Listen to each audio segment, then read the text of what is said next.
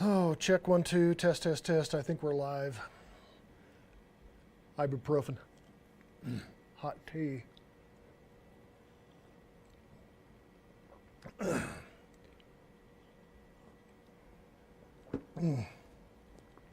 All right, guys, here we go. Getting back on charts. Now, one thing I just wanted to recap with you guys here is this. You guys did the reading, okay? You did the reading. So you know some of these things that I'm already going to tell you about. These are the things that we talked about. For those of you that may not be aware, we live on a big ball, okay? Remember at the top of that ball, we have something called geographic or true north. Geographic or true north. And so that kind of helps us define these nutty little things around our Earth, this grid that we have called longitude and latitude. So you guys know that the latitudes, those are the ones that go sideways. Longitude goes up and down. And when you look at these, you can see here that the equator helps us define, the latitude, and we begin our count there. Longitude, we start at the prime meridian, and then we work our way around that. You guys have read this, so I don't have to ask you. You understand what each of these means. Okay? When we look here, one of the things that you're going to be asked to do is you're going to be asked to locate an airport by its lat and lon. Conversely, you're going to be asked to find an airport at a particular lat and lon. So be prepared to do that. Distances, again, when it comes to the nautical miles here with lat and lon, that kind of works out pretty well. But again, we're talking about something that occurs on the Earth itself, kind of on that Earth's surface. Now, we do use lat and lon when it comes to GPS and three-dimensional navigation, but we'll talk about that when we get to the GPS section of kind of what we're doing here. So you can look here. We talked about this yesterday. We talked about flat charts, which is going to be the Mercator projection. And then we also talked about the conical projections here as well, what that means. You guys can look at this. One thing I want to bring to your attention here is this, and that has to do with the scale. If you remember, when you look at the south side of a sectional map, that thing that you see across the bottom of the south, it's a scale. And when you look at that scale, it can represent a lot of different things. So for instance, if you look at this, you can see you've got kilometers, statute miles, and nautical miles. In most cases, what we're looking for here are going to be nautical miles. With your plotter, that little thing that we're going to be talking about here in just a minute, you can look across the bottom, the long flat edge of your plotter, and you can see that you have both statute miles and nautical miles represented on that plotter. Don't get confused about which is which. So the first thing that you want to do is that when you get to a map, any kind of a map that you're going to be using, whether it is a sectional map, whether it is going to be the maps that we use on the figures and legends for your FAA examination, the very first thing that you want to do is check the scale of the map that is printed to the device you're using to calculate distance. In most cases, they will not be the same. On a sectional chart, you're in luck. But even then, when you look at this and you go through the table exercises that we're going to be talking about later, the first thing that you're going to notice is that it's not exact. It's going to be close enough for cross-country jazz, but it's not exact. And you have to look at that. It's going to even be more off when you start looking at the figures and legends for your cross-country problems that you get. So the very first thing you do is you compare the scale on your map to the scale on your plotter. If you know it's wrong, then you have to do something a little bit different. In most cases, you're going to take the flat edge of a plain sheet of paper and you're going to create your own scale to the paper map, and you're going to use that to determine your distances. Okay? Because again, you'll be able to draw a straight line with your plotter, but the distance may not match up. So you have to kind of do things the Ozark way. Get yourself a piece of paper, create your own little scale off that map. Or you can determine once you get a straight line distance from here to here what that is, mark that on a piece of paper, and then bring that down to your scale line on your map and see what distance that actually is. Whatever method you prefer, that's what you're going to have to do when we start talking about these things. So just keep that in mind. Topographical charts, again, we talked about that. That's kind of what a sectional chart and a terminal area chart happens to be. We do have some WAC charts that are out there right now. We don't use those very often because anybody who's going to be using a WAC chart, they're going to be using ForeFlight in most cases. So the sectional charts, you can look at this. It walked you through all of the features, all of those things that we talked about here before, and you're going to compare those to your maps, okay? So all of this stuff is right here in your book. Now, we're going to look here at this section with regards to AFDs. So the Airport Facility Directory, this is something that they still publish, that they still have out there. In most cases, they're kind of these green books. They used to kind of talk about these as sort of a Southwest book. Now they're kind of changing what they're going to be calling it. Doesn't matter what they call it. At some point, you have to have more precise information about the airport that you intend to land at, and some of the other airports around there, just in case you're not able to land there. So the AFD is going to be something that you're going to need to do. That you're going to need to know how to use that AFD. Now, another thing that, that you guys have, and that's going to be in the figures and legends that you have in your computer testing supplements that you all have with your big blue and big red. At the very beginning of that, you have a ledger. That's actually in the book. It's in your testing supplement guide. So you have the answer key to the majority of the questions they're going to ask you, or that I'm going to ask you, about these maps and about these AFDs, and about what they mean and how to use them. So, for instance, if you look here at like this excerpt here of this AFD that they show you in the book here on figure 12-21, you can see here that that it kind of gives you the information here for the airport. One of the things that you're going to do is this. I want you in your AFDs, this is your green books, I want you to write down the following ICAOs, okay? Write down the following ICAOs. Okay, ASE, Alpha Sierra Echo. Well, here, let me just write them down for you because, oh, can I do that? Oh, shoot. I don't know if this is going to let me do this or not. Hang on here. Yeah, it looks like it might. Give me just a second here. Let me just write these down. And then you can pause the video there and you can record these. So here's what I want you to do. On the following airports in this AFD, here's what I want you to look up.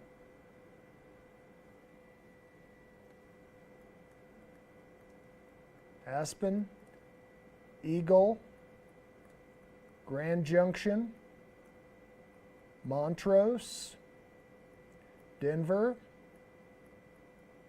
Colorado Springs, Pueblo, Albuquerque, and I want you to become familiar with the information on the AFD on those 8 airports, okay? I want you to look those airports up, and I want you to read everything in your AFD about those airports. Become familiar with those. Why? Because on the quiz coming up, I'm going to be asking you some specific questions about the, excuse me, I'm going to be asking you some specific questions that you're only going to find in the AFD for those 8 airports, okay? You got this? Make sure you write these down, and this is going to be one of your AFD exercises. All right? Got that. Now, back here to the book. Notice I am blasting through this. Remember me telling you about the pace quickening? Yep, here we go. Okay, so these are the things that you're going to need to find here on your sectional maps. Here's a handy little device. Let's look at this. If you look here at 12-22, these are going to be some of the images that they have. They have these little boxes here that tell you what these things are.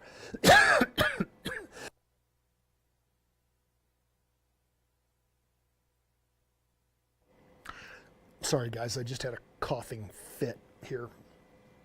So, you're going to need to know what each one of these images, what the items that they list on these charts mean. So for instance, if you look at the detail here in this particular section of a sectional map, you need to know what each one of these things in these little boxes, you're going to need to know what they mean. Okay? A lot of detail? Yep. Okay. Now, I'm going to show you something else. You know that legend I was telling you about there? Bring this back over here. Okay, let me go over here. I want to pull this up. My assumption is that everybody has downloaded this right now. Everybody has downloaded it. You may not have had a chance to get all the way through it, but you will notice that this information here goes through not just the VFR sectional charts, but it also goes through information on your low en route charts. What does your low en route chart stuff look like? Great question. So if you look at this, you'll remember this is kind of roughly what a sectional map looks like. You can see over here onto the right side of the screen, the two white boxes indicating Denver and Colorado Springs along with Pueblo. And then the box in the kind of the upper left, that is Salt Lake City. And that's your sectional chart. Well, what happens if I make that look like an IFR low chart? Look a little different? Yep. So these are going to be the things that are going to be explained in that chart guide as well. We're going to go over them. You're going to see them in class, but these are going to be, it's going to be a great resource for you to understand what all this stuff means. This is why you get college credit for this class, guys, is because this is not going to be easy. And I promised that the second semester was going to be harder than the first. Buckle up. So that's the thing here that you can look at. Now the other thing that I want to show you, let me see if I can pull this up. Stand by. I want to do this. Give me just a second here.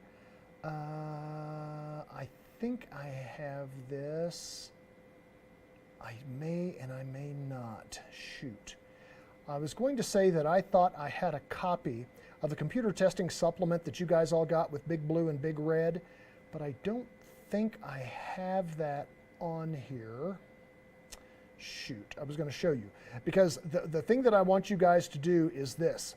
I want you to look at the front portion of each one of those books, and you're going to see that the first things that you're going to find as you start flipping through there is you're going to find the legends for your sectional maps, and you're also going to find the legends for your AFDs. How do you find this information? This is what they are. So that is a tremendous resource. It's in the computer testing guide, and that means you can use it on the test. Awesome.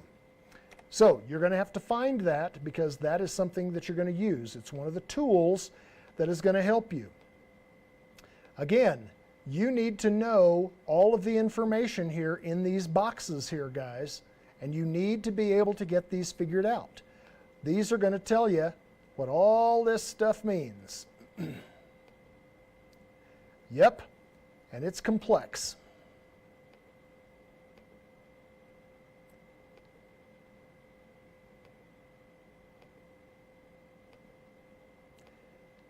When we do this here, I'll show you something here in just a second, because I want to show you something here that you're not going to find in the actual sectional map legends. And it's why you need to go through here and do this. Guys, I'm trying to flip through here. It's just delaying this. So I'm going to show you this. Now I'm back to a sectional map. Now you can look here, and I've got Aspen, hopefully right in the very center of your screen there now. So when you look there at Aspen, you'll also see that there's some other stuff going on. You can see the light blue lines through there. Those are Victor Airways. They come off these things called VORs. If you look here just north of Aspen, and I'm going to leave this on here. It's a measurement tool on ForeFlight, but I'm leaving this here so you can see what I'm talking about. This thing with the compass rose up here around that is a VOR. The VORs are set for magnetic. Now, when you look here at these charts and you look across here from Aspen, if you look right here, you'll notice that you see this line with these hash marks going up. What is that? That, ladies and gentlemen, is a line of longitude. Okay? And then when you look down here below Aspen, you will see this stuff going from side to side. That is a line of latitude. And here you have markings. So you have 107 and then you have 39. What happens to the numbers as you go up from the equator? What happens to those numbers? They get bigger, right? So if you look here at these lines of latitude, now as I go further north, you'll see 40, right? Okay, so that's going to be 40. And then the ones kind of in the center that don't have marks, that's going to be 39.5, right? You saw that from your book on your latitude and longitude, right? So here's 39, that's your line of latitude. We're going north. There's 40. If I kept going, you'd see 41 and then 42. Okay? So this line of latitude just south of Aspen is the 39th parallel, basically, or a line of latitude. Then what happens to the lines of longitude, these numbers, going up and down, as you go west? You can see it's 107 there. Here's 107.5. Here's 108. So if you kind of look here, you can see this one is 107.5. This one over here is 108. And if you look here, you'll see that you've got 5, 10, 15, 20, 25, 30 minutes of variation between the half and the whole.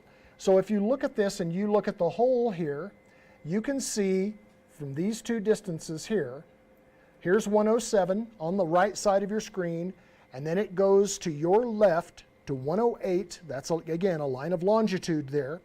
There are 60 minutes of degrees between that 107 and that 108. How many do you think there are between 39 and 40? It's going to be harder to show this because of just the way these boxes are taller, and you'll notice on your book as to why. But yes, you're exactly right. There are 60 minutes between those. So just remember that. As you go north, the lines of latitude the numbers of the latitudes get bigger. As you go west, the lines of longitude get bigger. Okay? And then conversely, south they get smaller, east they get smaller. Right? So just keep that in mind. Now then, let's talk about, hang on here guys, goodness. Oh man. What was I even talking about? Okay. Now then, what we're going to do is, clearly, you know that you're going to be responsible for all the stuff that's on these maps. It's just the way it is, people. You got to know what they are. And you're going to need to go through the guides and find stuff out as you're asked questions. There's a lot of practice that you have in Big Blue, and I don't think you'd have it in Big Red, because Big Red primarily concentrates on the instrument work. But for these are going to be those things that you're going to see here on the sectional charts that you're going to need to know. So let's say, for instance, that we look at this and we see these lines here, for instance, these lines of longitude here, and you'll see me draw this out. This is a line of longitude here. And then you also see here these lines of latitude here. You guys can see those, and I'm using my ruler there to draw because I don't have any other way to draw on this screen. So you can see those. The thing that you have to remember about these little boxes, these little hashed boxes on these sectional charts, where does this line of longitude terminate? Where does it terminate? Let me give you a hint.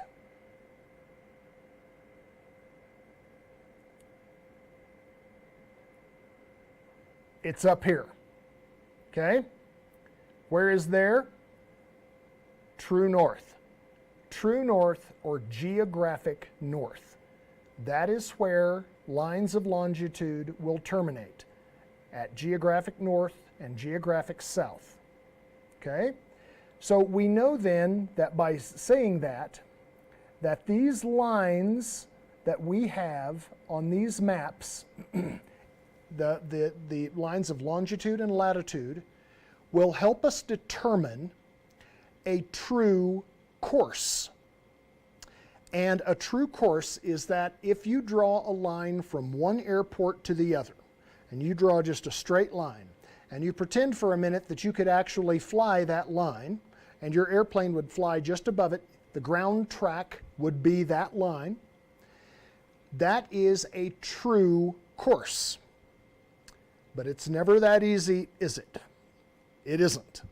Because what we have to do is we have to then, once we know what that true course is, we then have to convert that to a magnetic course.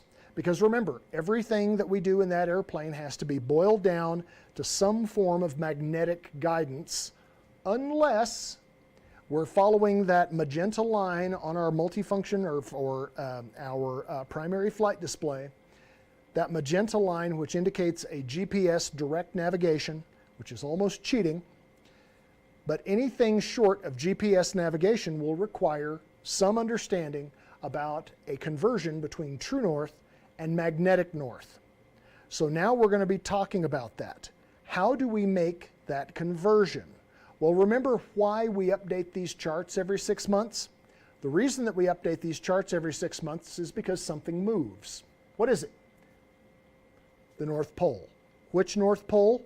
Not the geographic North Pole, because that stays put. Magnetic north. That's the one that wobbles around a bit, and right now is on a track for Russia at about 32 miles a year. So that changes. When that changes, the lines of magnetic flux change. And those lines, for purposes of navigation, we refer to those as lines of magnetic variation. Lines of magnetic variation. So let's take a look at a couple of these. When we look here at our maps, and I'm going to zoom in here. Stand by. Okay, here's Aspen again. Remember, there's Aspen. So do you see this dashed magenta line following this course along here? Do you see that line, that magenta line? What do you think that line is? If you said a line of magnetic variation, give yourself a pat on the back. Oh, perfect. This is hard to see. So this one is 9.5 degrees east. Remember, half is 30. It's like half of an hour. Half of an hour is 30 minutes. Half of a full degree here is going to be 30 minutes. Okay, so that's 9.5. And you notice that it says E at the end of it. Let me find one that's a little easier to read, for crying out loud. Let me find it here. There's Aspen. Let's go north. There we go. So that line of magnetic variation that you see right through here is 9.5 degrees east. So what do we do with that number? First of all, let me ask you, how many degrees are there in a circle? Right, 360. How many half degrees are there? Well, you could say that there's another 360 half degrees, but can you fly half of a degree? Well, not on purpose. So when you see something that says a half degree, we're going to either have to round up or round down. All right, so just know that. We have to work with full degrees. So when we see something like this, that is sort of, let's say for instance, that I'm making a flight from Aspen over here to Rifle. And if I draw a straight line between those two airports, and I pretend for a minute that I could actually fly that in a straight line, because you can't, then what I would need to do is I would need to have some way to determine what in this distance here, whoops, hang on, what happened? Hold on, something happened. In this distance here, I would need to know, when I lay this down here, what my true course is, and then make my conversion then to magnetic course based on whatever line of magnetic variation that I'm flying through, okay? So that's kind of what has to happen. So we have to be able to, first of all, identify the airports. We're going to draw a line between these airports, and then we're going to determine, first of all, what our true course is, and then we'll make a conversion for our magnetic variation to determine our magnetic course, okay? So that's kind of what's next. So when we look at this, we've got a couple of different ways that we can do it. And I want to show you this here right now. Now this is something that is a tool from Jeppesen. And it's a pretty good tool, but it is not real wieldy to work with. And I'm going to see if this can actually make that go, and it can. So you can see me moving this thing around right here. Well, this thing that I'm moving around here in the center, this is called a plotter, okay? Now you'll notice here on the plotter, just let me get this over here. I'm going to turn this a little bit. You'll notice here on the plotter that at the bottom of your plotter, you have a straight line, okay? You've got a straight line kind of across this bottom section here, okay?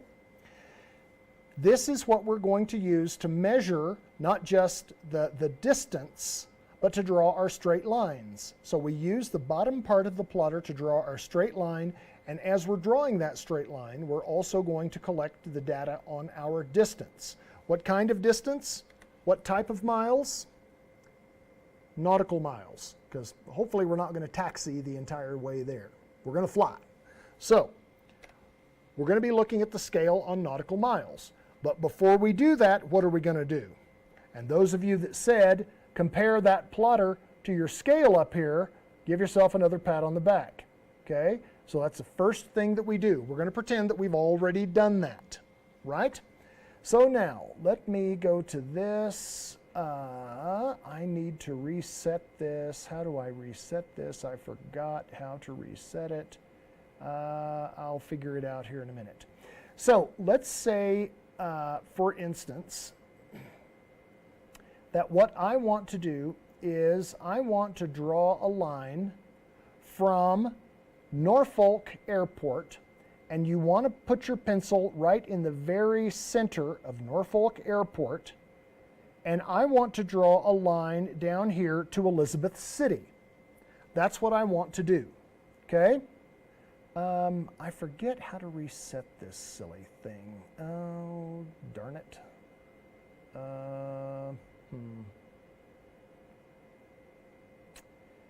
Well, shoot. We can figure it out.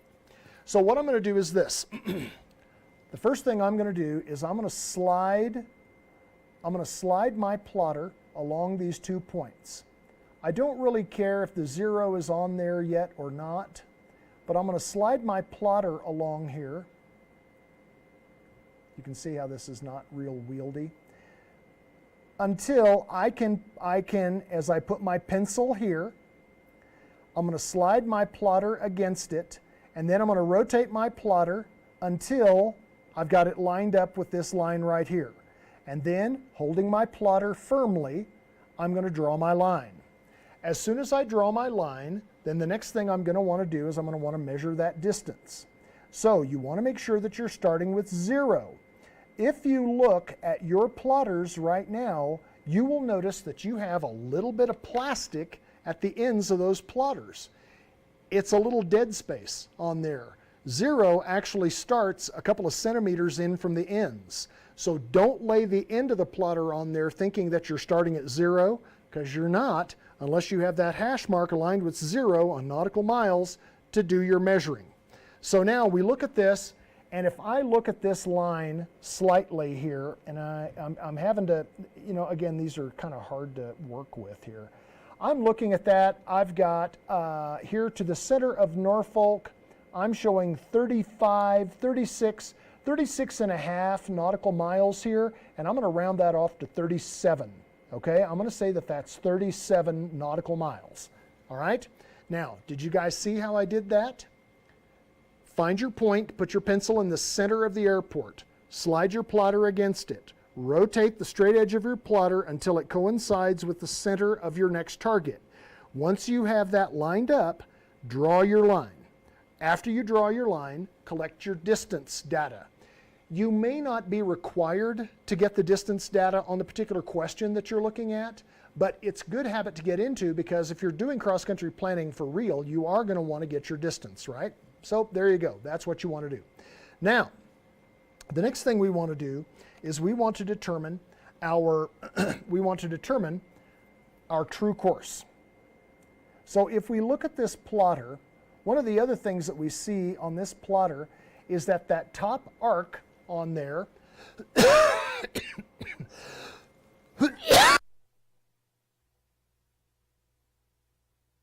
excuse me guys, I apologize.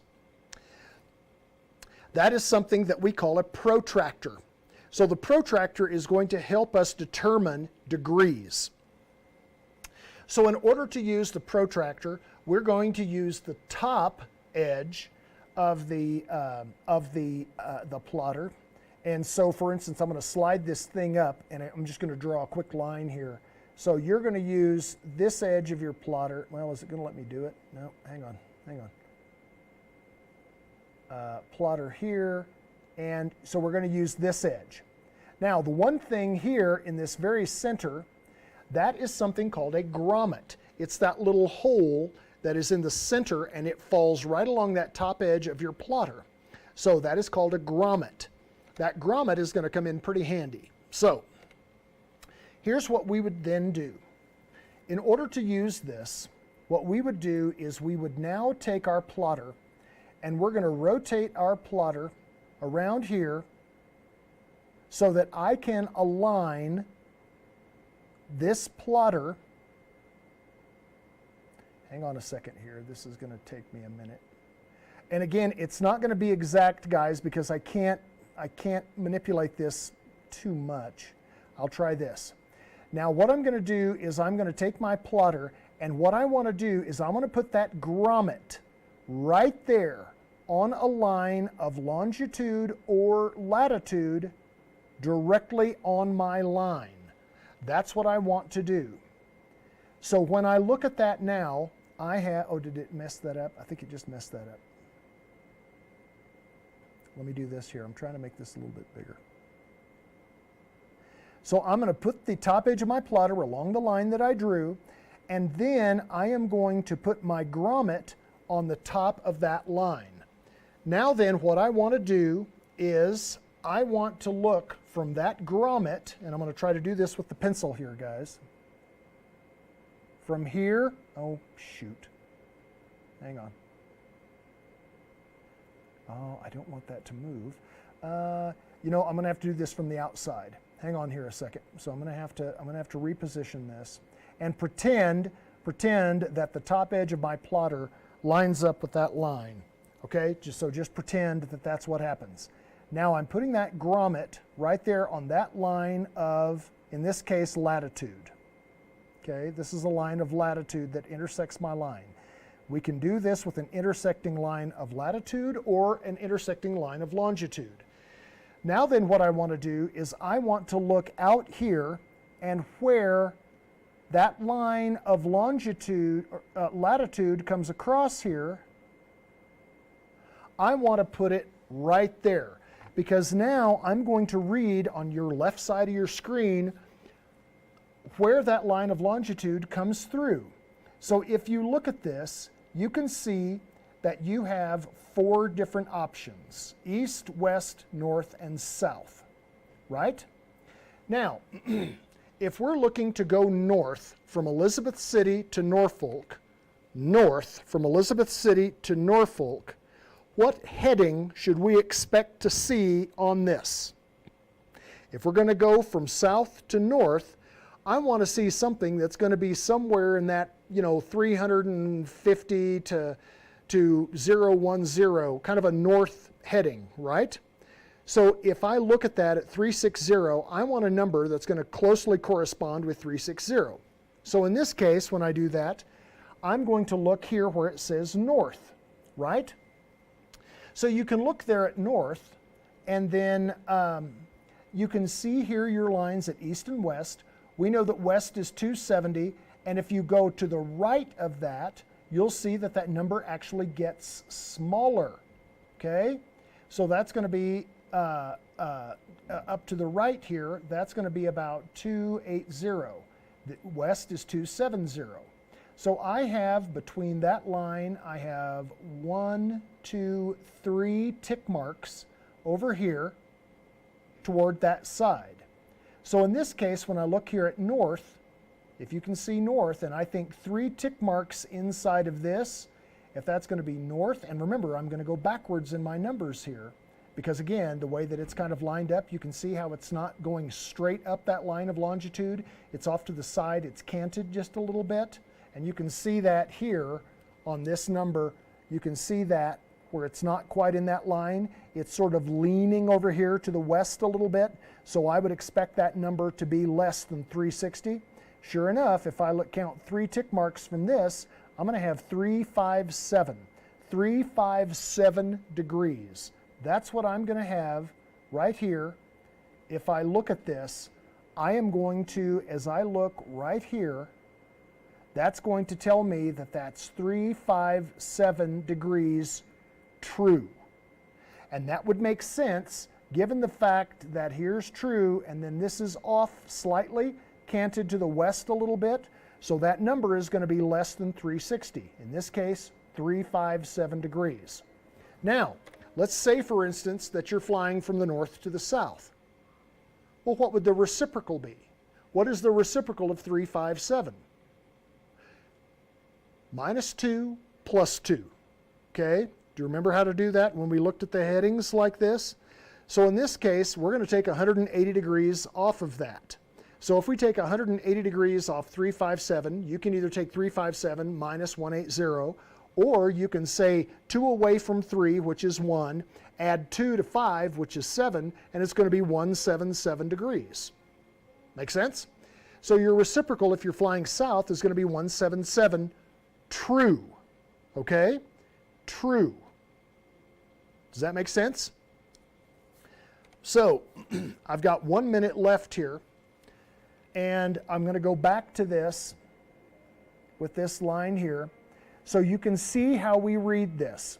Remember, we draw our line from one airport to the other. We slide our plotter along this top straight edge until it intersects with a line of longitude or latitude along the way. We already have an idea in our head what that true course is going to be, because I can see it's pretty much north, but it's a little bit off to the west. So I'm already thinking 355 degrees. That's kind of what I'm thinking. So as I'm looking at this here right now, using the grommet on that line, looking at my protractor, sure enough, I've got a number here that's going to be about 357 degrees, and that makes sense. So that tells me my true course. Now then, how do I know then what the, oops, I want to go here. How do I know what my magnetic variation happens to be? And as it happens, it doesn't look like, yeah, it doesn't look like I even have, well, oh yeah, it does, it does, it does. I've got one on there. Hang on, hang on, hang on. If you can see down here with this, you can see right there, 10 degrees west. That 10 degree west magnetic variation, got my timer off here, that 10-degree west variation goes through our course of flight. So that's what we would use. So how do we use this information? Remember this: east is least, west is best. What does that mean? East, we subtract. West, we add. East is least, west is best. So what is our true course? Our true course equals tree 5, 7. We're flying through a line of 10-degree west magnetic variation. West is best, so I'm going to add 10 degrees. What does that give me? It gives me 367, right? Well, we know that can't happen because 360 is the highest number you can have in a circle. So if I add 10 to 357, what's that going to be? Anybody? It's going to be 0, 0, 7. My magnetic course is 0, 0, 7. I call that the James Bond.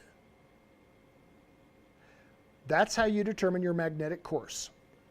True course plus or minus magnetic variation to give you your magnetic course. Okay? Now then, on this next lesson, here's what we're going to do. I am going to give you certain airports to kind of determine your magnetic course. So remember, find your airports. Remember which way I'm going to tell you to fly. Draw your line, get your distance, and then use your plotter like I just showed you and determine what your magnetic course is going to be. Remember, if you're flying west, you want some kind of a course that's somewhere around 270. If you're flying east, 090. South, 180. North, 360. What about northeast? 045. What about southeast? 135. What about southwest? 225. What about northwest? 315. Okay? So remember that with your compass rose, this is kind of how we're going to find these. Start with the idea in your head and then do the proof to make sure that that is indeed what is happening. Okay? So there you go. That's this part. The next section comes with an assignment. But right now I'm over my time. So guys, I will pick this up here on the next video.